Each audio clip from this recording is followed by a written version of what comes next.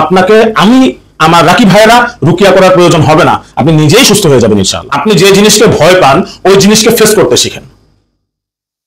আপনি তেলাপোকা ভয় পান, আপনি তেলাপোকা ধরে কিছুক্ষণ বসে থাকেন।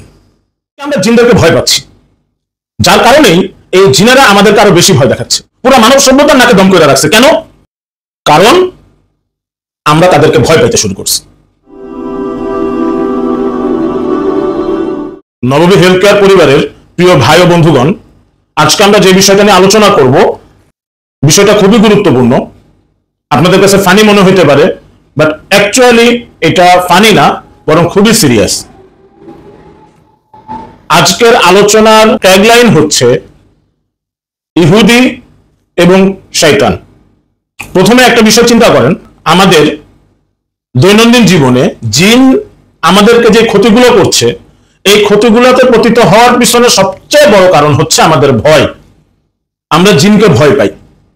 জিনকে ভয় পাই, আমাদের বিভিন্নভাবে ট্রমাটাইজ হয়ে থাকি, জিনের ব্যাপারে আতঙ্কিত হয়ে থাকি। অথচ এইটা হচ্ছে নিয়ম যে আল্লাহকে ভয় করবে, আল্লাহ অন্য সমস্ত মাখলুকের মধ্যে তার ভয়কে ঢুকিয়ে দিবে এবং তার প্রতি সবাইকে নতজানু করে দিবেন, যে নাকি আল্লাহকে ভয় করবে।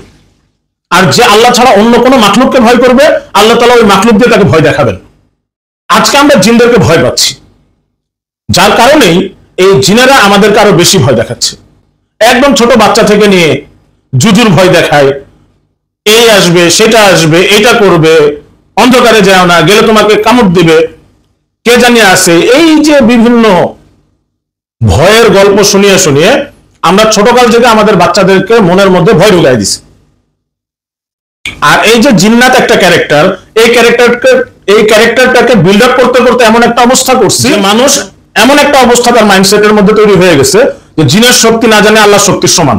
নাউজুবিল্লাহ। ভাই, কনসেপ্ট ক্লিয়ার করেন, জিন জাস্ট একটা মাখলুক, এর থেকে বেশি কিচ্ছু না, আল্লাহ তাআলার সৃষ্টিকৃত একটা মাখলুক। আপনি ভয় পান দেখে সে আপনাকে ভয় পাওয়ায়।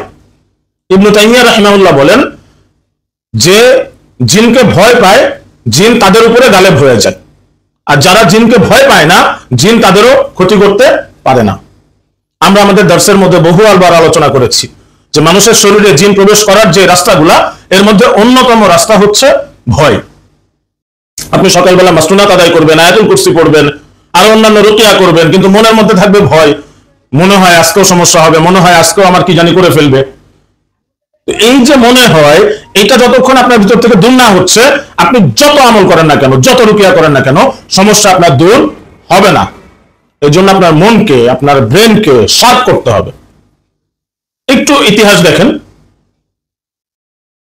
আল্লাহ তাআলা জিনদেরকে আমাদের আগে দুনিয়াতে পাঠাইছিলেন লিল ইবাদা, আল্লাহর ইবাদত করার জন্য। তারা যখন ব্যর্থ হয়েছে, আল্লাহ তাআলা তাদেরকে অযোগ্য দেখছেন, আল্লাহ তাআলা আমাদেরকে পাঠাইছেন, আদম আলাইহিস সালামকে পাঠাইছেন, তার আগেই জিনদেরকে সরাইয়া দিয়েছেন। তো জিনদের উপরে কিয়ামত আসে নাই, মানে সমূলে ধ্বংস হয় নাই, কিন্তু জিনদেরকে এই জমিন থেকে আল্লাহ তাআলা বসবাসের জন্য থেকে সরিয়ে দিয়েছেন।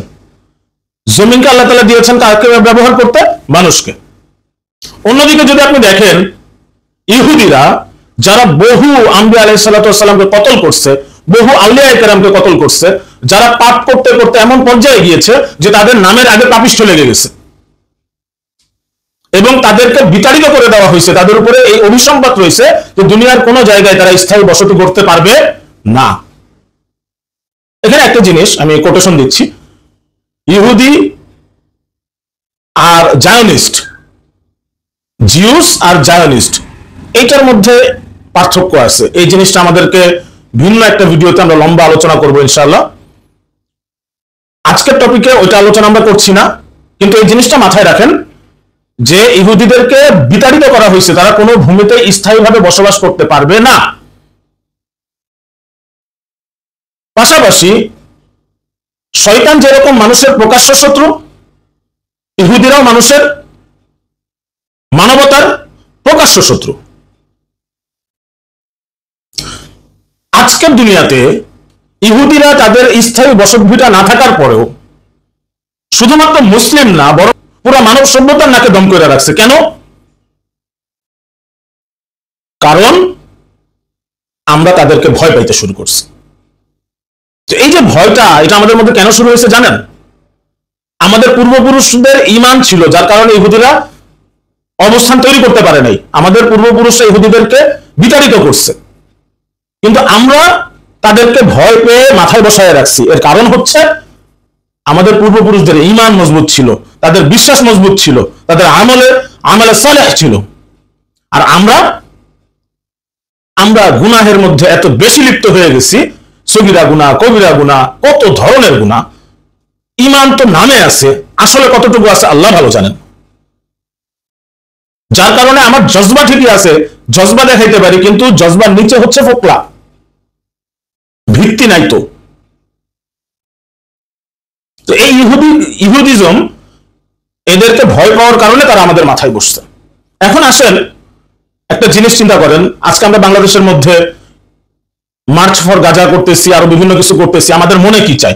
যদি ওদেরকে কাছে পাইতাম তাহলে অবশ্যই প্রতিশোধ নিতাম, তাদেরকে দেখে নিতাম। আচ্ছা, মুসলিম যদি ঐক্যের মধ্যে চলে আসে, ভয় পাওয়া দূর করে দেয়, আর সমস্ত মুসলিম যদি গর্জন দিয়ে উঠত, তাহলে ইহুদিরা পারত। এবার আসেন আসল জায়গায়। আপনি, আমি, আমরা এই জিন শয়তান এগুলাকে যদি ভয় না পেয়ে আল্লাহকে ভয় করতাম, আর এদের সাথে সাহসিকতা দেখাইতে পারতাম, সাহস রাখতে পারতাম, তাহলে বিতাড়িত ইহুদিদের মতো এই বিতাড়িত শয়তানগুলাও আমাদের কাছে ঘেঁষতে, আমাদের উপরে প্রভাব বিস্তার করতে, আমাদেরকে ক্ষতি করতে কোনোভাবেই পারত না। এই জন্য আমি বারবার বলি, আমার রাকি ছাত্র যারা আছে তাদেরকেও শেখাই, তাদের কাছ থেকে যারা শিখছে তাদেরকে জানানোর জন্য। পাশাপাশি আমি আমার প্রত্যেক পেশেন্টকে বলি, সর্বপ্রথম যে জিনিসটা করতে হবে সেটা হচ্ছে আপনার ভয় দূর করতে হবে। একটা ছোট্ট গল্প বলে শেষ করে দিই। হযরত আশরাফ আলী থানভী রাহিমাহুল্লাহ তার আল ইফাজাতুল ইয়াউমিয়ার মধ্যে লিখেছেন এক হিন্দু রাজার গল্প, যেখানে হিন্দু রাজা তার কাছে তার মন্ত্রী পরিষদ প্রজারা এসে অভিযোগ করলো যে মুসলমানরা যারা আছে আমাদের রাজ্যের মধ্যে, এদের আজান বন্ধ করতে হবে। কেন? ওরা আজান দিলে আমাদের বাচ্চারা ভয় পায়, আমাদের দেবদেবী ভয় পায়। রাজা বলতেছে, আচ্ছা তাহলে বন্ধ করে দেওয়া তো এটা তো সমাধান না, সমাধানের রাস্তা খুঁজো। তো বলতেছে, রাজামশাই কি সমাধান?